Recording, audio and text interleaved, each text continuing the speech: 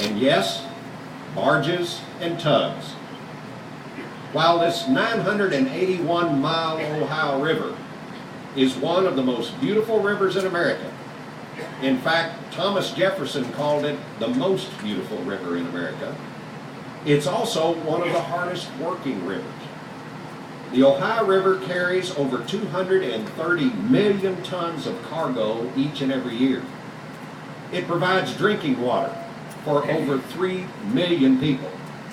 And with 20 dams and 49 power generating facilities, it provides in excess of 6% of the total U.S. generating capacity.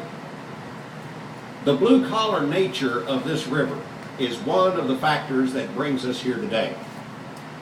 This groundbreaking celebrates 4 things. 1, an innovative company. 2, the partnership of government, utilities, and the business sector. 3, a powerful, relentless force of nature. That force being the rushing of water as gravity pulls it from higher ground to lower ground. And 4, optimism for the future of this state and this nation. Specifically, we're here to acknowledge how American Municipal Power is tapping this incredible Ohio River to produce green, renewable, and sustainable energy, giving us hope that economic success and national security will be ours for many years to come. Anyone who runs a business or a government knows that energy is the currency of the future. If you don't have power and the ability to produce it or purchase it and transport it in bulk, then you don't have jobs or transportation or economic vitality.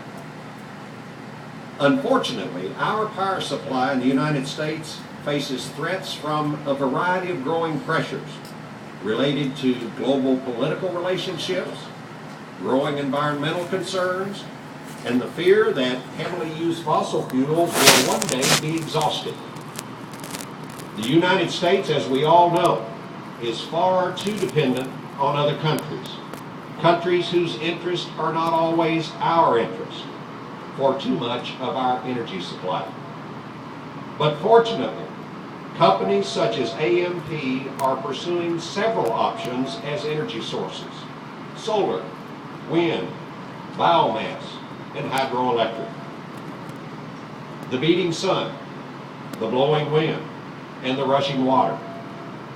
These are powerful and unrelenting forces, but harnessing them in a productive, efficient, and cost-efficient manner takes some creativity as well as some investment.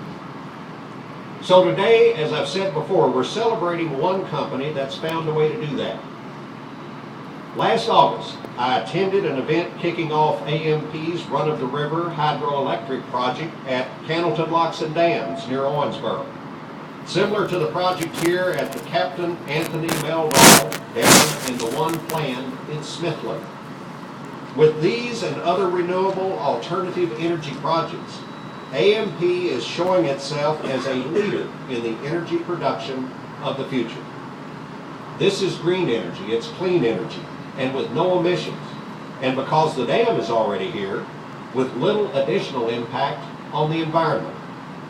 And it's energy that will provide some stability to the national power grid, not to mention help us begin to reduce our dependence on foreign sources. I met with these company officials in my first year as governor, and we have worked together as we have pushed to get the permits done and these projects started. And we're so excited about another one of these projects now hitting the ground running. I strongly believe that renewable energy must play a significant role in our energy portfolio. A year and a half ago, we developed the first long-term strategic energy plan for the Commonwealth of Kentucky, a plan that, if we carry it out, will help make Kentucky the energy capital of this nation.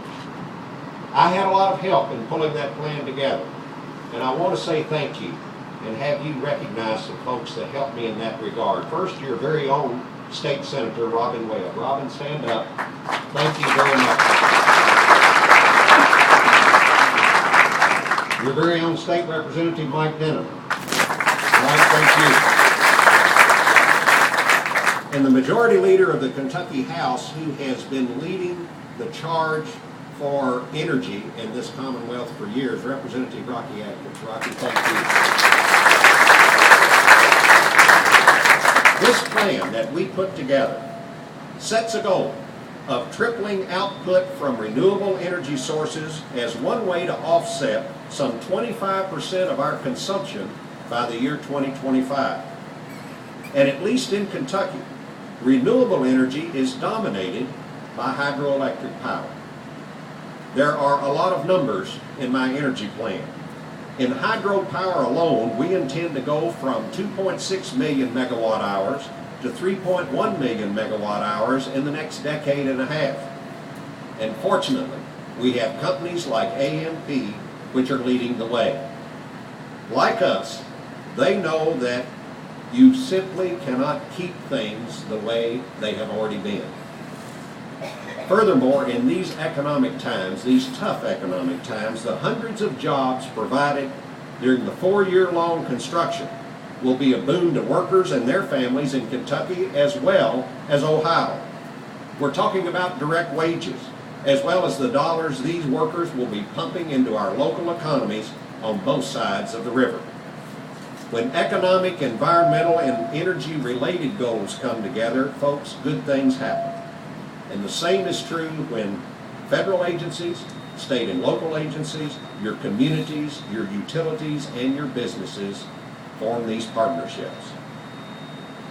Folks, these things don't just occur by happenstance. They occur by all of these folks that you have heard speak already and the groups that they represent. They occur because of our state representatives and our state senators. They occur by federal, state, and local agencies in our business community and our utilities coming together and forming these cooperative ventures. And folks, when you do it, great things happen. Congratulations to everybody, and let's get moving. Thank you.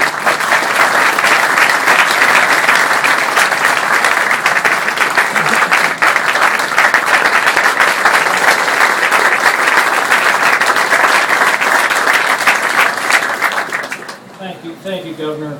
You truly have been a pusher on this. And from the first day I met you, you were talking about your energy plan, and I applaud you because I think this country would be well served by having a more definitive energy plan itself. I also got educated on that from the Senator Voinovich. But to give you some, AMP is an innovative company. You can look up the boards over there and you can understand why hydro makes such a perfect fit for us. But our members drive this organization, so they're the innovation machine, really. With this hydro deployment alone, I'm not talking solar, I'm not talking more wind, our members will have 21% owned renewables in their portfolio by 2015, and that's just the start. We don't need mandates because we're doing it because it's the right thing to do. We are also keeping our rates very competitive. So long term, we may not be as competitive up front here for the first 3 or 4 years with these projects, but long term, we'll have the best competitive rates in the country, we feel. We feel very strongly.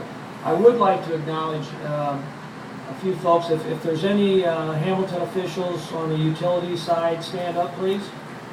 These people, you saw Wason and others that, how about other Hamilton elected officials? Okay, we got, stand up.